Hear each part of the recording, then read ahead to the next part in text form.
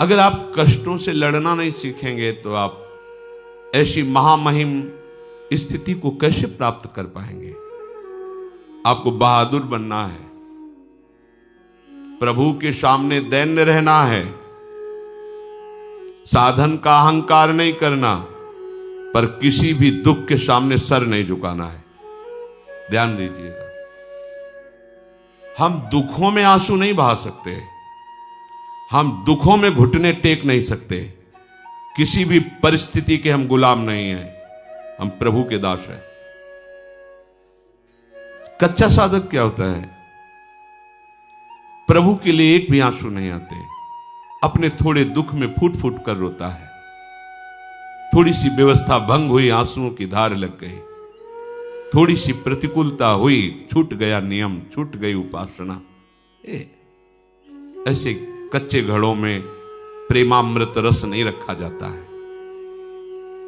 रस रखने वाला बहुत प्रवीण है, वो पहले देख लेता है बजा के कि घड़ा कहीं फूटा तो नहीं है, कच्चा तो नहीं है, क्योंकि अत्यंत दुर्लभ प्रेम रस आचार्य और गुरु उसी के हृदय में रखते हैं। शारीरिक व मानसिक समस्त द्वंद्वों की सहने की माता पिता से ऐसा व्यवहार कर देता है कभी कभी जब जो माता पिता के करने योग्य नहीं है, क्या उसको इसका फल भोगना पड़ेगा? क्योंकि वो तो 24 घंटे में जब आप शयन के लिए जाए आदमी तो उसको तो दंड नहीं मिलेगा, तो आप उस समय अपने पूरी जागृत अवस्था की एक एक वृत्ति का चिंतन है। करें। अब अपवित्र पागल बुद्धि जगह इसलिए और अब कानून करने भी जा पागल रहे हैं। के साथ बर्ताव कौन कौन सी ऐसी वृत्ति आई जो प्रभु से विमुख करने वाली थी? तो उसे सजा कौन देने कौन के सी लिए ऐसी बात हुई जो प्रभु से विमुख करने वाली? आखिर विक्षिप्त है, पागल कौन है, कौन सी ऐसी क्रिया हुई तो जो पशुवत प्रभु से आचरण विमुख? स्वाभाविक और हो उसको रहा है, अपने तो दिमाग कोई में संकल्प करके थोड़ी कर कल रहा से है, नहीं होने उसकी पाएगा। कोई निर्णय ये बात पूर्वक नहीं थोड़ी होगी, क्रिया है, वो ये तो एक त्रुटि नहीं स्वाभाविक होगी, क्रिया है। तो ये मुझे क्रिया तो नहीं लगता है कि होगी। उसके द्वारा किया और हुआ प्रभु से कर्म जो है प्रार्थना करो, वो नाथ विकर्म में ही बल माना प्रदान जाएगा। करो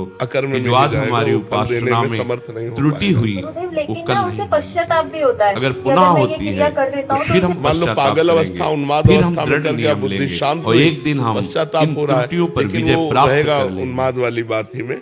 जैसे उन्माद में किसी कुछ हो गया पागलपन में, तो बाद में उसको पश्चाताप हो रहा है, तो बाद में अगर करुणा वरुणालय तो पश्चाताप हो रहा है ना, इसलिए उसको आपके दंड सहयोग में राधे है। राधे महाराज जी।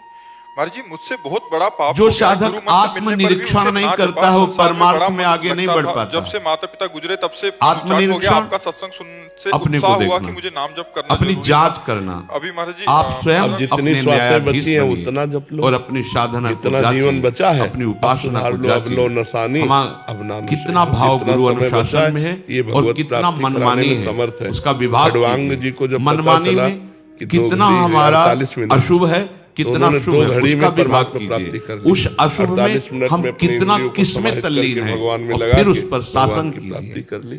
तो हमारा जितना भी अपने आप सेकंड को बचा है, हर सेकंड देखते राधा रहना ये राधा राधा उपासना तो का हमें निश्चित विशेष भगवत अंग प्राप्ति है। हो जाएगी। हमसे क्या त्रुटि हो रही है? हम कहीं प्रमाद में तो नहीं है? यह विषयी पुरुष का लक्षण है। कौन क्या कर रहा है, कहां जा रहा है, यह उपासक का कार्य नहीं है। जो दूसरों को देखते रहते हैं वो उपासक नहीं है, वो विषयी पुरुष है।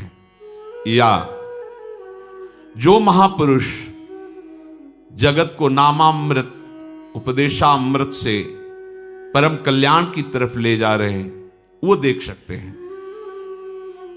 अपने को चाहिए कि अपने को देखना है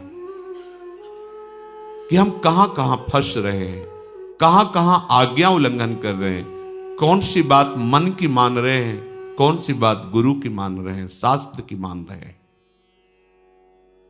साधक को तो अपने निरीक्षण से ही फुर्सत नहीं मिलती, वो दूसरे के विषय में क्या देखेगा, क्या बोलेगा। और जो दूसरे के विषय में देखता है, बोलता है, वो गिर जाता है, परमार्थ के लायक नहीं रहता। ध्यान देना है। जो दूसरे के विषय को देखता रहता और बोलता रहता है, वो गिर जाता है, अर्थात तो परमार्थ का साधक नहीं होता।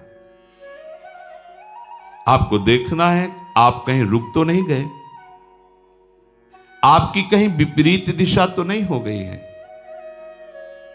ऐसा तो नहीं है कि आप बाहर से वेशधारी हो, बाहर से आप परम पवित्र देश में रह रहे हो और अंतर से विषय चिंतन कर रहे हो, अंतर से विषयी वस्तु व्यक्ति स्थान का संग कर रहे हो, तो मान लीजिए आप भ्रष्ट हो रहे हैं, आपका मार्ग ठीक नहीं है, आप उपासक नहीं हैं। फिर सुनिए, उपासक को देखना है कि बाहर से पुण्यात्मा का परम पवित्र वेश धारण किए हैं, बाहर से परम पवित्र पुण्य देश में रह रहे हैं, और अंतर से विषयों का चिंतन हो रहा है, विषय वस्तु व्यक्ति स्थान का संग कर रहे हैं, तो आप भ्रष्ट हैं। भ्रष्ट हो जाएंगे नहीं, आप भ्रष्ट हैं, अर्थात भ्रष्ट माने गिरे हुए, आप अपने मार्ग से गिर चुके हैं, आप उपासक नहीं हैं। उपासक को यह बात देखनी है, हमारा मन विषयों की ओर जा रहा है कि हमारा मन प्रभु की ओर जा रहा है। हमारा लक्ष्य क्या है? प्रिया प्रीतम। तो हमारा मन किधर जाएगा? प्रिया प्रीतम की तरफ जाना चाहिए। विषयों की तरफ क्यों जा रहा है? विषय भोगों की तरफ क्यों जा रहा है? क्या है? लक्ष्य नहीं दृढ़ है, आपको पता नहीं आपको कहां जाना है, आप किधर जा रहे हैं। आप परीक्षा कीजिए अपने हृदय की, निरीक्षण कीजिए। साधक इसी परीक्षा में पास होकर उपासना की ऊंचाई पर चढ़ता है। जिसका मन विषयों से हट कर बार बार आराध्य देव की ओर जा रहा है, पर बीच बीच में विक्षेप विषय डाल रहे, उसे चिंता नहीं करनी, वो उन्नति की ओर जा रहा है। जो बाहर से सब कुछ भागवतिक है, लेकिन अंदर से केवल विषय चिंतन और उसको पश्चाताप भी नहीं है, वो चाहे जितने जन्म ऐसे बना रहे कोई लाभ लेने वाला नहीं। वर्ष नहीं कह रहे, जन्म, चाहे जितने जन्म, लाभ नहीं मिलने वाला। नियत बुरी है उसकी, नियत बुरी है। और जो बार बार अपने मन को प्रभु में लगाता है, विवश होकर विषय चिंतन बन जाता है, तो उसको जलन होती है। ये ठीक रास्ते पर है, इसकी नियत अच्छी है, उद्देश्य अच्छा है, वो जा रहा है अपने प्रीतम की ओर, वो मुड़ गया है अपने प्रीतम की ओर। सबसे पहली साधक को यह वृत्ति देखनी है कि तुम्हारी गति मुड़ी है कि नहीं प्रभु की तरफ। बहुत बहुत अमृतमयी बात, आपकी गति प्रभु की तरफ मुड़ी है कि नहीं। बाहरी परिवर्तन नहीं है, बाहर से छोड़ करके पवित्र भूमि पे आकर वास कर रहे, बाहरी वेश छोड़ करके पवित्र वेश धारण किए हुए हैं, पर हमारी आंतरिक वृत्ति कहां जा रही, आंतरिक वृत्ति कहां जुड़ी हुई है, आप किस मोड़ से जा रहे हैं, यह आपको पता होना चाहिए। विषयाभिमुख जीवन को मोड़कर प्रभु के सम्मुख करना, यही तो उपासना है। यदि हम बाहरी भेष पवित्र है, पवित्र देश में रहते हैं, चिंतन विषयों का करते हैं, बाहरी त्याग दिखाकर मान प्रतिष्ठा चाहते हैं, तो हमारा जीवन विमुखता की तरफ जा रहा है, भगवत विमुखता की तरफ, दुर्गति की तरफ जा रहा है। ध्यान दीजिए, हम ठीक रास्ते पे नहीं हैं। यदि जीवन ऐसे व्यतीत कर दो, कुछ नहीं हाथ लगेगा।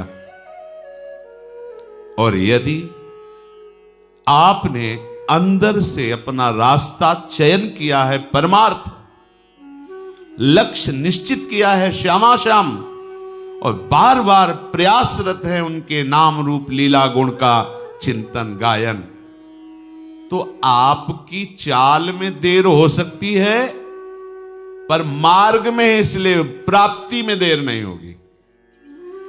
यह है महामहिम बात।